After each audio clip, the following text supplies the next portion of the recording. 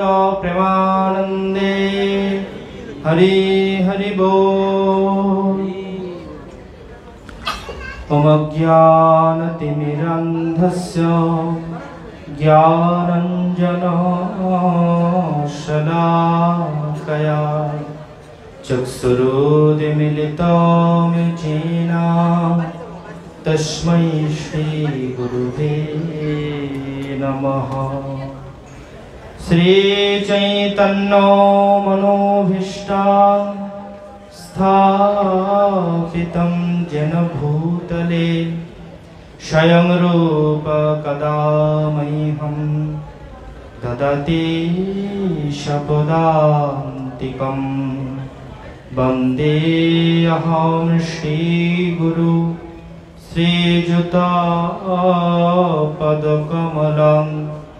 श्रीगुरान् वैष्णवांश्च श्रीरूपं साग्रजातं स्वगणो रघुनाथा नितं तं सजीवं साद्वैतं सवधूतं परिजनसहितं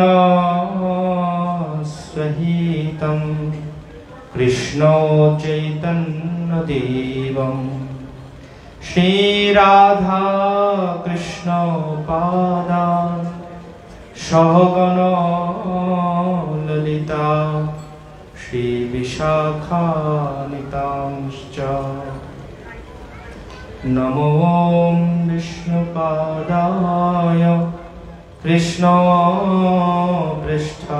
भूतले श्रीमते जयपताका स्वामीति नामिने।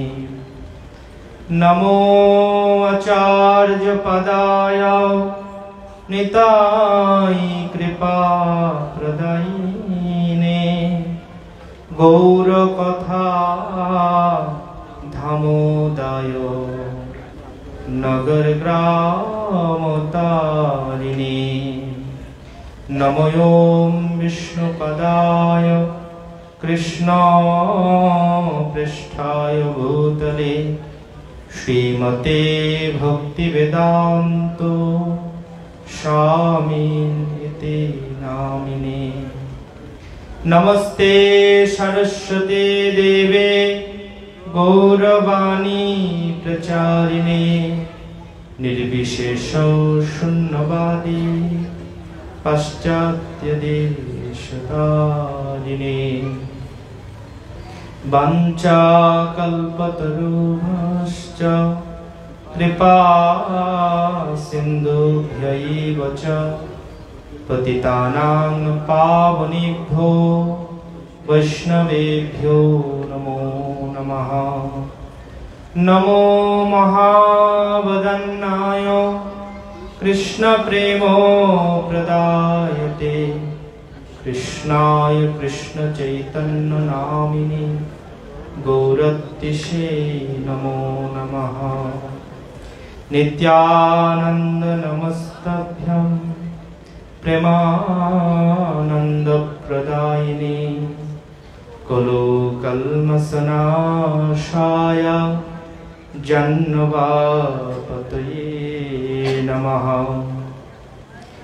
हे कृष्णा करुणा सिंधु दीनबंधो जगतोपते गोपेश गोपिका कांतो राधाकांत नमोस्तुते। तप्त कांचन गौरांगी राधे वृंदावनेश्वरी वृषभानुसुते देवी प्रणमामि हरिप्रिये। लीलाचलनिवासाय नित्याय परमात्मने बलभद्रो सुभद्राभ्यां जगन्नाथाय ते नमः। जय श्री कृष्ण चैतन्य प्रभो नित्यानंद श्री अद्वैत गदाधरो श्रीवासादि गौर भक्तवृंद। हरे कृष्णा कृष्णा कृष्णा हरे हरे, हरे राम राम राम हरे हरे। मूकं करोति वाचालं पंगुं लंघयते गिरिं, यत्कृपातमहं वन्दे परमानन्दमाधवम्। श्रीगुरो दीनतारिणं श्रीकृष्ण चैतन्य परमेश्वरम्। नारायणं नमस्कृत्यं नरं चैव नरोत्तमं, देवीं सरस्वतीं व्यासं ततो जयामुदीरये। ध्येयं सदा परिभवग्नं हिष्टो तदोहं, तीर्थास्पदं शिवविरिञ्चिं तनूं शरण्यम्। भुक्तारत्यहं प्रणतपालो भवाब्धिपूतं, वन्दे महापुरुषते चरणारविन्दम्। रासाभिलाषो वसति च वृन्दावने, तदीयसारजो संरोजसेवा। लभ्याश्च पुंसां कृपया तवैव, वृन्दे नमस्ते चरणारविन्दम्। यस्य प्रसादात् भगवत् प्रसादो, यस्य प्रसादन्न गतिकुतयोऽपि। ध्यानस्तुवांस्तस्य यशस्त्रे सन्धं, वन्दे गुरु श्री चरणारविन्दम्।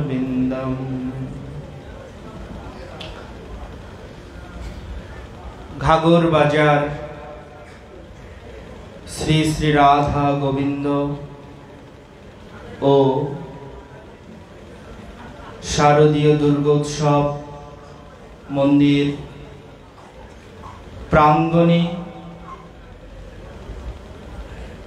এই ভাগবতী আলোচনায় উপস্থিত সম্মানিত ভাগবত রস পিপাসু ভক্তবৃন্দ, বিশ্ব জননীর অংশ সম্ভূতা মমতাময়ী মাতৃমণ্ডলী, সকলের শ্রীচরণ কমলে আমি আমার সশ্রদ্ধ দণ্ডবোধ প্রণতি নিবেদন করছি। দয়া করে সকলে আমার প্রণাম স্বীকার করুন এবং আশীর্বাদ প্রদান করুন, যাতে কিছু সময় আমরা কৃষ্ণের মহিমা কীর্তনে নিমগ্ন হতে পারি। এখানে ভাগবত পাঠে আসবার কথা ছিল পণ্ডিত প্রবর শ্রদ্ধেয় শ্রীমান বিল্লমঙ্গল দাস প্রভুজি, কিন্তু কোনো একটা অসুবিধার কারণে তিনি আসতে পারেননি। তো হঠাৎ করেই আমি আজকে স্বামীবাগে ছিলাম, সন্ধ্যায় আমার একটা ছোট ক্লাসে যাবার কথা ছিল। ওটা কোনো ধর্মসভা অনুষ্ঠান ছিল না, কিছু ছাত্রদেরকে পড়ানোর কথা ছিল।